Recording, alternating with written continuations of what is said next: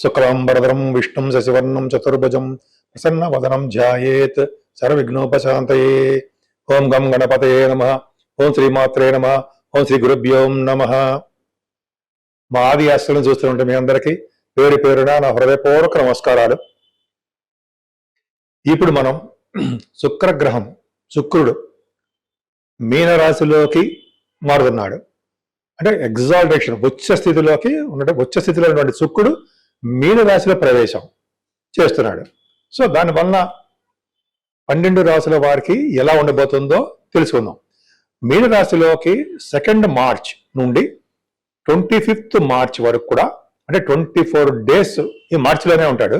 ఎగ్జాల్టేషన్కి వెళ్తున్నాడు, అంటే ఉచ్చ స్థితిలోకి వెళ్తున్నాడు. పరమోచ్చలో కూడా ఉంటాడు, అక్కడ 27 డిగ్రీస్ 28 డిగ్రీస్ దగ్గర ఉంటాడు. సో ఆ శుక్రుడు, ఎగ్జాల్టేషన్ ఉన్న శుక్రుడు శనితో కలవడం ఒకటి.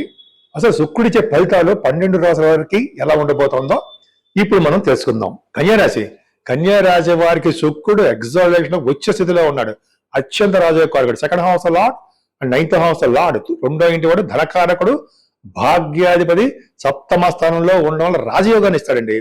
ఉచ్చ స్థితి శుక్రుడు అనే విషయం మర్చిపోకూడదు. అంటే పరమోచ్చలో కూడా ఉంటాడు 27 డిగ్రీస్ దగ్గర. ఆయన అదొక గొప్ప అదృష్టం. అంటే ఆయన ఏం చేస్తాడు? ధనాన్ని ఇస్తాడు, అదృష్టాన్ని ఇస్తాడు, అలాగే చక్కటి కంఠధ్వనిని ఇస్తాడు, ముఖ వర్చస్సుని పెంచుతాడు.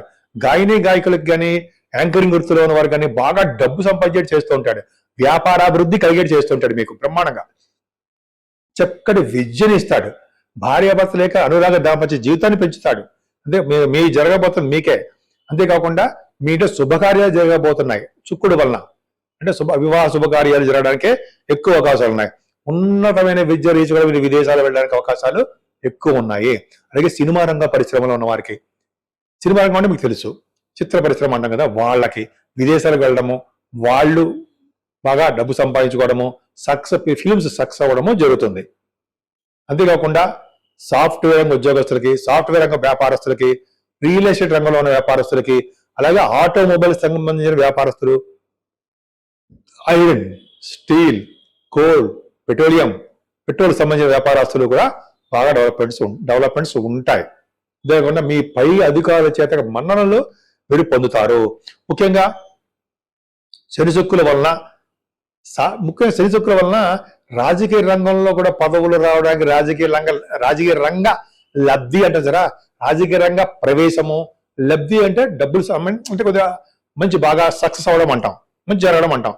అది జరగబోతుందండి మీకు. రాజకీయ రంగంలో డెవలప్మెంట్స్ ఉంటాయి, పదవులు రావడానికి అవకాశం ఉంది. కానీ ఒక చిన్న ప్రాబ్లం ఉందండి. అది ఏంటంటే 7వ స్థానంలో కనుక శని శుక్రులు ఉంటే చెడు ప్రవర్తన, చెడు అలవాట్లు, చెడు దృష్టి, చెడు ఆలోచనలు ఒక 24 రోజుల పాటు రావడానికి అవకాశం ఉంది. పైగా కోర్టు కేసులకు సంబంధించిన విషయాల్లో కూడా చిన్న చిన్న ప్రాబ్లమ్స్ రావడానికి అవకాశం ఉంది. మనం వీటి నుంచి ఎలా బయటపడతాం? ఏమీ లేదండి. శ్రీరామచంద్రుడు ఒక్కడే. శ్రీరామచంద్ర నామం చాలు. శ్రీరామ అనే నామం జపించినా సరే, అమ్మవారిని పూజించినా సరే, శ్రీరామచంద్రుడిని కళ్యాణం చేయించుకున్నా సరే, చేయించుకోవాలి. మీరు చేయించుకోవడం వలన చక్కటి శుభఫలితాలు వచ్చి తీరుతాయి. అంతేకాదండి, శ్రీరామనవమి రోజు పానకము, వడపప్పు నైవేద్యం కూడా పెట్టడం వలన భార్యాభర్తల యొక్క దాంపత్య జీవితం బ్రహ్మాండంగా ఉండడమే కాకుండా వాడు విడిపోవడానికి అవకాశాలే ఉండవు. నేను మీ వాడ్నారాయణ శర్మ. మీరు మీ జాతకాలు చూపించుకోవాలనుకుంటే మీరు కింద స్క్రోల్ అవుతున్న నెంబర్కి మీరు ఫోన్ చేయొచ్చండి. లేదా మీరు షూటింగ్లో ఉన్నప్పుడు లిఫ్ట్ చేయకపోవచ్చు. మీరు వాట్సాప్లో కూడా మెసేజ్లు పెట్టండి. తప్పకుండా నేనే మీకు కాంటాక్ట్ అవుతాను, రెస్పాండ్ అవుతాను. మీ జాతకాలు చూపించుకోవాలనుకుంటే మీ date of birth, time of birth and place of birth, ఇవన్నీ 3 ఉండాలండి. అంటే జనరల్గా పెళ్ళిళ్ళు అవ్వట్లేదనో, ఉద్యోగాల కోసమనో, చిల్డ్రన్ కోసమనో, కోర్టు కేసులు కొన్ని చిన్న చిన్న ప్రాబ్లమ్స్ ఉంటాయి. అవి వాటి గురించి కానీ, అది ఏ రకమైన ప్రాబ్లమ్స్ అయినా సరే మన జాతకాల్లో చూసి తెలుసుకోవచ్చు, తప్పకుండా చూసుకోవచ్చు. కాబట్టి మీకు ఈ ఫీల్డ్స్లో ఏదైనా సరే మీకు డౌట్లు ఉన్నా మీకు మెసేజ్ పెట్టండి. తప్పకుండా నేను పరిష్కార మార్గాలు చెప్తాను. అంతే కదండి, మనం వాస్తు రీత్యా కూడా కొన్ని సలహాలు చెప్తూ ఉంటాను నేను. మీకు డౌట్స్ వచ్చినా, మీకు ఏమైనా ప్రాబ్లమ్స్ ఉన్నా కూడా వాస్తు సంబంధించిన విషయాల్లో కూడా నేను చేశాను. అంటే ఎంఏ అస్ట్రాలజీ చేసినప్పుడు వాస్తు కూడా ఉంది. సో వాస్తు కూడా నేను చెప్పగలను. ఆల్మోస్ట్ నాకు 30 years నుంచి ఎక్స్పీరియన్స్ ఉంది కాబట్టి ఈ అస్ట్రాలజీలో కూడా నేను బాగా చెప్పగలను అని అనుకుంటున్నా. సరే, అది పక్కా పెడదామండి. ఈ 12 రాశుల వారు మేషరాశి నుండి మీనరాశి వారి వరకు కూడా పరిష్కార మార్గాలు ఉంటాయండి. అది వేలల్లోనో లక్షల్లోనో ఖర్చు పెట్టేటువంటి పరిష్కార మార్గాలు ఏమీ కావు. మన ఇంట్లోనే మనకు అందుబాటులోనే ఉండే పరిష్కార మార్గాలు. అంటే సాధారణంగా మనకి ఉన్నటువంటి ప్రాబ్లమ్స్ అని వస్తే మన ఇంట్లో చేసుకునే పూజల వలన తాత్కాలిక ఉపశమనం కలగడము చేయడానికి అవకాశం ఉంటుంది. ఏదైనా మేషరాశి నుండి మీనరాశి వారి వరకు కూడా శుక్రుడి యొక్క ప్రభావం ఉంటుంది. ముఖ్యంగా శుక్రుడు కొన్ని రాశులకి మంచి సుఫలితాలు ఇవ్వలేడు. ఉదాహరణకి ధనుర్రాశి కానీ మీనరాశి వారికి కానీ సుఫలితాలు ఇవ్వడం తక్కువ, పాపి అవుతాడు. 3వ ఇంటి వాడు 8వ ఇంటి వాడు అవ్వడం వలన కొంచెం మేలఫిక్గా ఉంటాడు. సరే, వాళ్ళకి చాలా అందరికీ కూడా ఆల్మోస్ట్ అందరికీ కూడా శనికుడి ప్రభావం ఉంటుంది కాబట్టి, శని శుక్రుడు కలయిక కాబట్టి ఏం పూజలు చేసుకోవాలి మన ఇంట్లోనే చేసుకోవచ్చు అండి. అంటే మనం దగ్గరున్న గోడలోనే చేసుకోవచ్చు. ముఖ్యంగా ఫస్ట్ శుక్రుడికి ప్రభావం మన మీద అద్భుతంగా ఉండాలంటే మన ఇంట్లోనే అమ్మవారిని పూజించడము, కనకదుర్గ అమ్మవారిని. వీలుంటే అమ్మవారికి మల్లెపూలు అంటే ఇష్టము, దొరికితే కలవ పువ్వులు దొరకపోవచ్చు అనుకోండి, మల్లెపూలు అలాగే ఎర్రటి పుష్పాలు, మందార పువ్వులు తోటి లక్ష్మీ అమ్మవారిని కానీ కనకదుర్గ అమ్మవారిని కానీ పూజించడం వలన మన ఇంట్లో స్థిర లక్ష్మి ఉండడానికి అవకాశం ఉంటుంది. స్థిరమైన లక్ష్మీదేవి మన ఇంట్లో ఉండడానికి అవకాశం ఉంటుంది. ఎందుకంటే శుక్రుడు ప్రభావం అలా ఉంటుంది కాబట్టి. అంతే కదండి, ఈ శుక్రుడు కూడా మన ఇంట్లో చేసుకుంటూ ఒకవేళ అవకాశం ఉంటే ప్రతి గుళ్ళలోనూ కనకదుర్గ టెంపుల్స్లో పౌర్ణమికి అమావాస్య రోజున పూజలు చేస్తుంటారు, చండీ హోమాలు చేస్తుంటారు, అలాగే కుంకుమ పూజలు చేస్తుంటారు, చండీ సప్తసతి అని కూడా చేస్తుంటారు. కనకదుర్గ గుళ్ళో అమ్మవారి గుళ్ళో కూడా 4 to 5 ఉంటుంది, అమ్మవారి గుళ్ళో కూడా చేస్తుంటారు. సో ఇలా చేయించుకోవడం వల్ల కూడా శుక్రుడు వల్ల వచ్చే దోషాలు పరిహారం అవడమే కాకుండా శుక్రుడు వల్ల ఇచ్చే మంచి ఫలితాలు రెట్టింపు ఫలితాలు అవడానికి కూడా అవకాశాలు ఎక్కువ ఉన్నాయి. అంతే కదండి, శని శుక్రుల కాంబినేషన్ కూడా ఉంది. శని శుక్రులు అష్టమంలో కానీ సప్తమంలో కానీ వ్యయభావంలో కానీ ఉండడం వలన కొంత చెడు ఫలితాలు, చెడు అలవాట్లు ఇవ్వడానికి అవకాశం కొన్ని రాశులకు ఉన్నాయి. అది కూడా చెప్పాను కూడా.